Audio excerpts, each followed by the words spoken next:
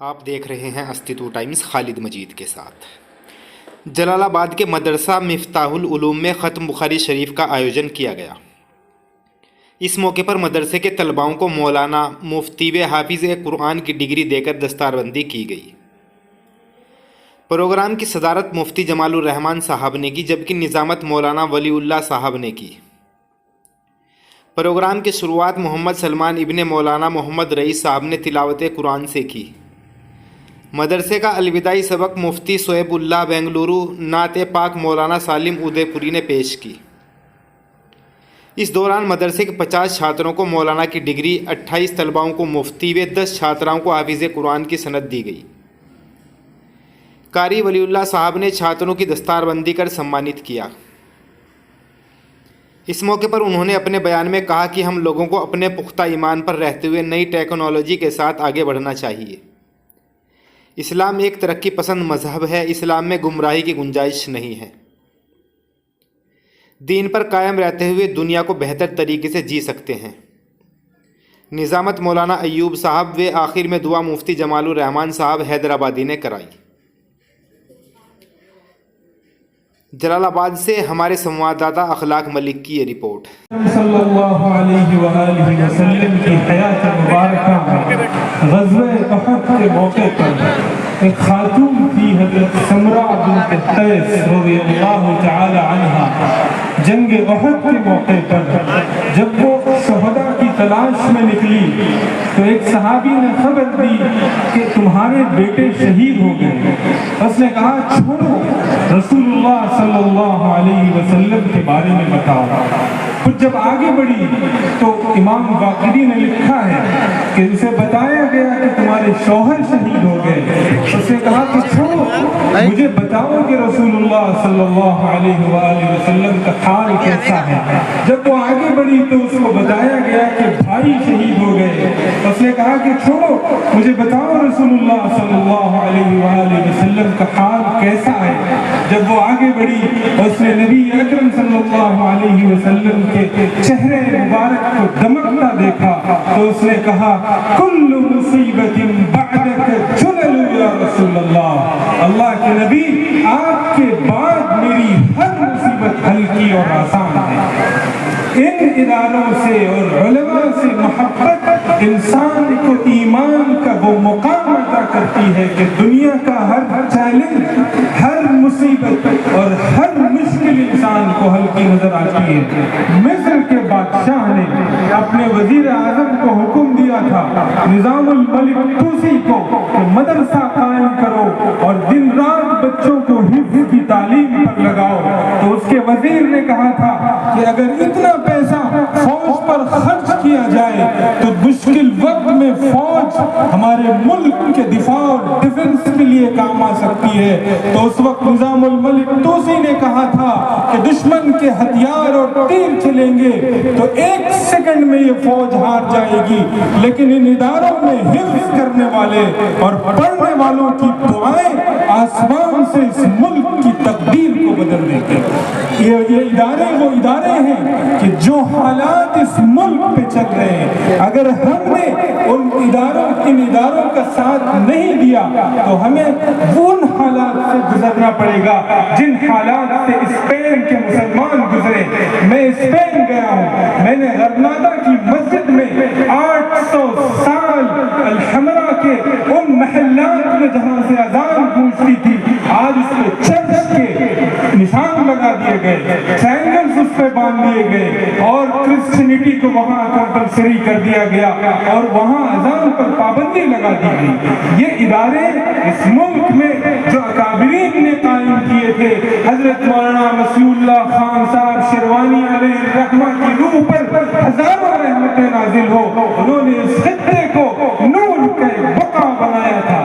ہم سب کی ذمہ داری ہے کہ اس ادارے کا ہر طرح سے تعاون کریں اور ماؤں کی ذمہ داری ہے، جس طرح قیس بنت قیس نے کہا تھا کہ یا رسول اللہ آپ کے بعد مصیبت ہلکی ہے، ہر گھر کا ہر فرد یہ عزم کرے کہ گھر میں کم از کم ایک بچہ ادارے سے وابستہ ہو، ہمارا مالی تعاون ان اداروں سے وابستہ ہو، ان اداروں کے ساتھ چلانے والوں کے ساتھ خیر خواہی اور محبت کا سلوک ہو. حضرت عبیدہ ابن الجراح، حضرت سعد ابن ابی وقاص کی جو قربانیاں تھی، حضرت سعد کو جب کوفہ کا گورنر بنا کے حضرت عمر نے بھیجا تھا، وہاں کے لوگوں نے حضرت سعد کے خلاف سازشیں کی تھی. ایک شخص تھا علقمہ، اس نے حضرت سعد کے خلاف برا بلا کہا تھا اور حضرت عمر کو خطوط لکھے تھے. تو حضرت سعد نے اسے کہا تھا، اس سے دعا کی تھی، اللہم اطل عمرہ وعرضہ للفتن، اللہ اس کی عمر دراز کر دے اور اس کو فتنوں میں گرفتار کر دے اور اس کو تباہی سے دوچار کر دے. بعد میں کوفہ میں صحابہ نے دیکھا، لوگوں نے دیکھا کہ اس شخص کا یہ حال ہوا کہ 99 سال کی عمر میں کمر جھک گئی تھی اور کوفہ کی جامع مسجد کے باہر بھیک مانگا کرتا تھا اور لڑکیوں کو چھیڑا کرتا تھا. اسی لیے یہ بڑا ڈرنے کا مقام ہے. تعاون کریں اداروں کے ساتھ، اداروں کے چلانے والوں کے ساتھ. اور حضرت مولانا مسیح اللہ خان صاحب علیہ الرحمہ کے وارث، ان کے علم کے، ان کے فکر کے، ان کے تقوی کے وارث حضرت قاری ولی اللہ صاحب دامت برکاتہم کے ساتھ اپنی محبتیں رکھیں، ان کے خلاف کبھی سازشوں میں شریک نہ ہو. اور جو لوگ سازشیں کرتے ہیں ان کا بائیکاٹ کریں اور اداروں کا تعاون کریں. بس یہی پیغام ہے. اللہ تعالیٰ ہمارے اس آنے کو قبول فرمائے، ہماری اس آمد کو قبول فرمائے اور ہم سب کی مغفرت اور رحمت کا فیصلہ فرمائے. وآخر دعوانا الحمدللہ رب العالمین. کوئی چھوٹے سے چھوٹا عمل اور بڑے سے بڑا عمل ایسا نہیں جو اس میں موجود ہو اور بابا کرنا عمل حاضرہ سب موجود ہے. اس کے بزرگ اور دوستوں، ماؤں بہنوں اور بیٹیوں، ہماری زندگی کا جو قصہ گزر چکا ہے، ایک تو اس کے بارے میں محاسبہ کریں. خود امام الانبیاء حضرت محمد عربی صلی اللہ علیہ وسلم کا فرمان ہے، حافظوا قبل ان تحاسبوا.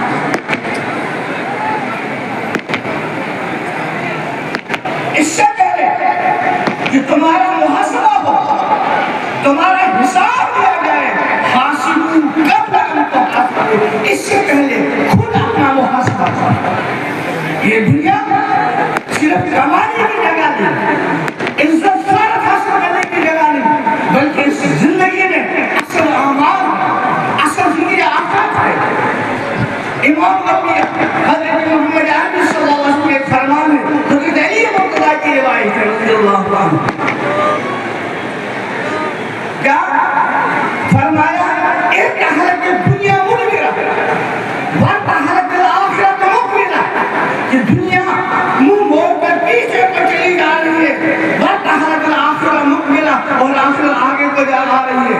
وَلِكُلِّ وَاحِدَةٍ مِّنْهُمَا بَنُونَ، یہ دنیا اور آخرت ان میں سے ہر ایک کی اپنی ایک اولاد ہے. اس دنیا میں رہنے والے بے شمار انسان مقبول دنیا کی اولاد ہے. دنیا کی جن لوگ زندگی کو سامنے رکھ کر گزار رہے ہیں، زندگی آخرت کو دل دماغ سے نکال رکھا ہے. اور بے شمار اللہ کے بندے آخرت کی اولاد ہیں، ہمیشہ اپنی آخرت کو سامنے رکھ کر زندگی گزارتے ہیں. اس کے بعد امام الانبیاء حضرت محمد عربی علیہ السلام نے ارشاد فرمایا، ہم سب اس پر عمل کریں گے. فرمایا فَقُولُوا مِنْ أَبْنَاءِ الْآخِرَةِ، اے میرے امتیوں، تم آخرت کے اولاد بننا. وَلَا تَكُونُوا مِنْ أَبْنَاءِ الدُّنْيَا، دنیا کی اولاد نہ بننا. مال دولت کے چکر میں اور دولت منصب کے چکر میں، کوٹھیوں بنگلوں کے چکر میں اپنی زندگی کو ختم مت کرو. یہ تمہاری زندگی کی ضرورت ہے، پورا کرو، لیکن اس کو مسئلہ زندگی مت سمجھو. اس کے بعد کیا فرمایا؟ فَإِنَّ الْيَوْمَ عَمَلٌ، آج عمل ہے، حساب نہیں. کوئی اللہ کے حکموں کو بجا لاتا ہے، کوئی نہیں لاتا، حساب نہیں. کوئی شریعت کے مطابق زندگی گزارتا ہے، کوئی نہیں گزارتا، حساب نہیں. پر کیوں؟ فَإِنَّ الْيَوْمَ عَمَلٌ، آج عمل ہے، حساب نہیں. اور آگے کیا فرمایا؟ اس کو دل کے کانوں سے سن کر اپنی زندگی کا ایک محاسبہ کیجئے. فرمایا وَغَدًا حِسَابٌ وَلَا عَمَلٌ، یاد رکھنا کل میدان محشر میں حساب ہوگا عمل. اور حساب کس کا ہوگا؟ امام الانبیاء حضرت محمد علیہ السلام کی حدیث ہے، لا تزول قدم لآدم یوم القیامہ من عند ربی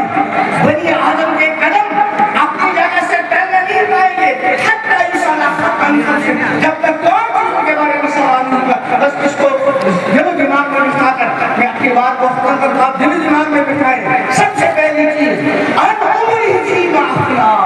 پہلا سوال, ہم نے جو دنیا میں 60-70-80 سال زندگی دی تھی, اس زندگی کو کھو کر پائے کیا نہ کرائے.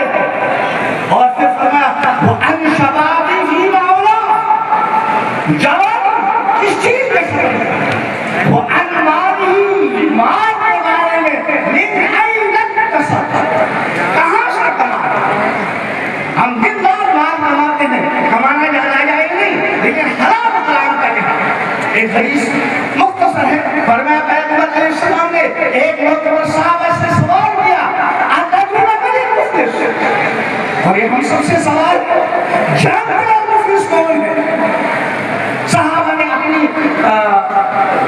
علم سے عرض کیا المفلس دینا من لا دینار له ولا متاع. ہم تو اس کو مفلس کہتے ہیں جس کے پاس مال و دولت. جب اعمال کا وزن ہوگا, یہ جو بندہ جس کے پاس نمازوں کا ذخیرہ اور دوسرے اعمال کا ذخیرہ ہوگا, لیکن اس نے کسی کو گالی بھی کی ہوگی, کسی کو برا بھلا کہا ہوگا, کسی کو جسمانی تکلیف دی ہوگی, کسی کا مال حاصل ہوگا, اس سے سارے اعمال ان حقوق کو دیے جائیں گے. یہ گھر حق دے جائے گا, ہم یہ ہے امت کا مطلب. بزرگوں دوستوں, دنیا کے مفلس کی کوئی پریشانی کی چیز نہیں, آخرت کی مفلسی سے ہم سب کو اللہ بچائے. بہرحال میں نے ایک گزارش پیش کہ کچھ بھائی کے لیے کچھ کھونا پڑتا, اس کے عنوان کرتے ہیں. ہم سب اپنی جگہ تنہائی میں تھوڑی دیر کے لیے بیٹھ جایا کریں کہ میں نے اپنی تک زندگی کھوئی, میں نے زندگی کو کھو کر آگے کیا گیا, میرے کسی کے حقوق پر نہیں, اللہ کے حقوق پر نہیں. جو کچھ ہو تو اللہ کی بات سب کے دل سے توبہ کر کے اپنی زندگی کی نئی شروعات کریں. اللہ مجھے بھی نصیب فرمائے. آخرات اس میں پہلے میں جو غلط کہوں اللہ معاف فرمائے, اور جو فائدے کی بات کہی گئی اللہ مجھے بھی آخرات کی